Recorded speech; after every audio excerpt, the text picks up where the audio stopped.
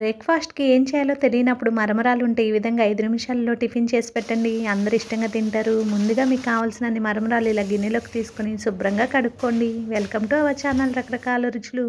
మరమరాల్లోని నీళ్ళన్నీ పిండేసి ఈ విధంగా ఒక గిన్నెలోకి తీసుకొని పక్కన పెట్టుకోండి. ఈ టిఫిన్‌లోకి మనకి పప్పుల పొడి అవసరం అవుతుంది. ఒక చిన్న మిక్సీ జార్‌లోకి కొన్ని వేయించిన శనగపప్పు తీసుకొని ఈ విధంగా పొడి కొట్టుకొని పక్కన పెట్టుకోండి. తర్వాత ఈ విధంగా ఒక ఉల్లిపాయని, 2 పచ్చిమిరపకాయలను, ఒక టమోటాను ముక్కలుగా కట్ చేసుకోండి. ఇక్కడ నేను కట్ చేస్తున్న స్టీల్ చాపింగ్ బోర్డ్ కావాలంటే మీకు లింక్ ఇస్తాను డిస్క్రిప్షన్‌లో ట్రై చేయండి. అలాగే ఈ ఐరన్ బాండీని కూడా లింక్ ఇస్తాను. ఇప్పుడు స్టవ్ ఆన్ చేసుకొని ఐరన్ కడాయి పెట్టుకొని అందులో 2 స్పూన్ల నెయ్యిని వేసుకోండి.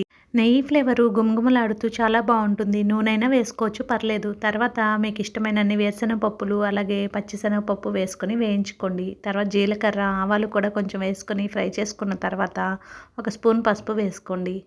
ఈ టిఫిన్ తప్పకుండా ట్రై చేయండి, చాలా బాగుంటుంది.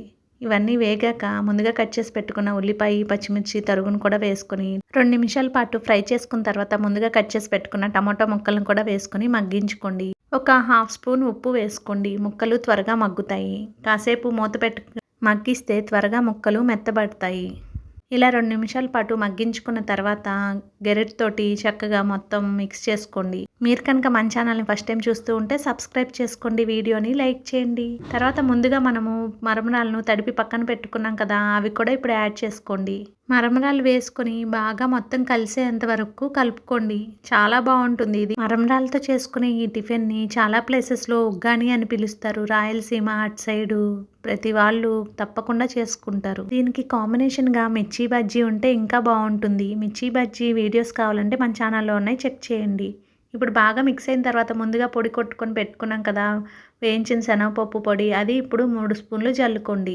ఈ పొడి కూడా వేసుకొని బాగా మిక్స్ అయ్యేంత వరకు కలుపుకోండి. ఇది మార్నింగ్ బ్రేక్‌ఫాస్ట్‌లోకైనా, ఈవినింగ్ స్నాక్‌గా అయినా, డిన్నర్‌లోకైనా చాలా బాగుంటుంది. తప్పకుండా ట్రై చేసి ఎలా ఉంది అనేది కామెంట్ సెక్షన్‌లో కామెంట్ చేయండి. మీ దగ్గర అవైలబిలిటీలో శనగపప్పు కారం అని ఉంటుంది కదా, అది ఉంటే కనుక యాడ్ చేసుకోండి. ఇది పూర్తిగా ఆప్షనల్, వేయకపోయినా పర్లేదు, ఉంటే బాగుంటుంది. అలాగే ఇష్టమైన వారు నిమ్మ చెక్క రసాన్ని కూడా పిండుకోవచ్చు. అలాగే కొత్తిమీర చల్లుకొని స్టవ్ ఆఫ్ చేసేసుకుంటే ఎంతో రుచికరమైన ఉగ్గాని రెడీ అయిపోతుంది. తప్పకుండా ట్రై చేసి కామెంట్ చేయండి, వీడియోని లైక్ చేయండి. Thank you for watching our channel.